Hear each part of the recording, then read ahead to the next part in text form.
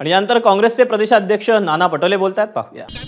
आज आता CWC ची मीटिंग आहे, त्या मीटिंगमध्ये मी आलेला आहो आणि याच्यामध्ये आमच्या सगळ्यांचा आग्रह राहील की राहुलजींनीच आता लोकसभेचं नेतृत्व त्यांनी स्वीकारावं, ही आमची भूमिका राहणार आहे।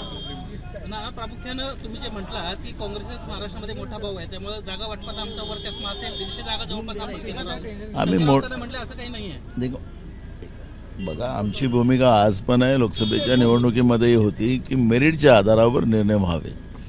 मेरिटच्या आधारावर निर्णय झाले असते तर अजून आम्हाला जागा जिंकता आल्या असत्या। त्यामुळे मला असं वाटतं की आम्ही मोठा भाऊ हा विषू नाही आहे।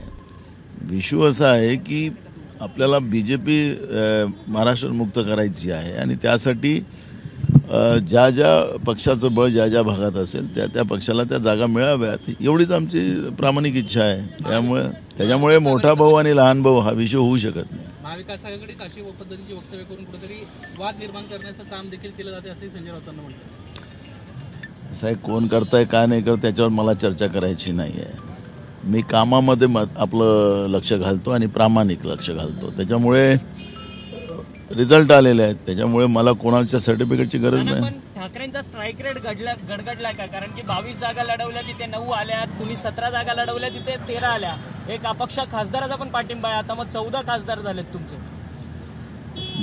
असं नाही आहे, त्या त्या परिस्थितीमध्ये ते झाले असेल, पण उद्धवजीचं लिडरशिप त्यांच्या पक्षामध्ये तीच महत्त्वाची आहे। त्याच्यामुळे कधी खाली कधी वर असा पण प्रकार होऊ शकतो। मीटिंग इथं नसेल वाटतं मला, मीटिंग इथं आहे का? प्रफुल्ल पटेलांचे फ्लॅट जे होते जप्त केलेले ईडीनं ते आता पुन्हा एकदा माघारी दिलेले आहेत, कुठेतरी मंत्रिपद होता येते आणि तत्पूर्वी आता रिलीफ मिळतो त्यांना। काही नाही ना, सगळं भ्रष्टाचारी सरकार देशामध्ये पुन्हा आली, ज्यांनी देश विकला तेच लोक सत्तेमध्ये बसलेत आणि त्याच्यामुळे हे सगळे प्रश्न आपल्याला पाहायला मिळत आहे। त्याच्यामुळे जे भाजपमध्ये आहे ते ईडी मुक्त आणि भाजपमध्ये नसतील ते ईडी युक्त असा जो प्रकार आहे तो स्पष्ट होतो। संजय राऊत म्हणतात की खरं तर तुम्हाला अर्थात तुमच्या पक्षाचं चिन्ह नाही गेलं, तुम्हाला जास्त कष्ट नाही घ्यावे लागले।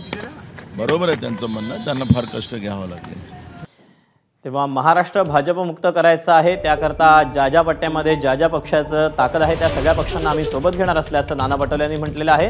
तर मेरिटच्या आधारावर निर्णय झाला असता तर जागा आणखीन आल्या असता असा विश्वास त्यांनी पुन्हा एकदा बोलून दाखवलेला आहे।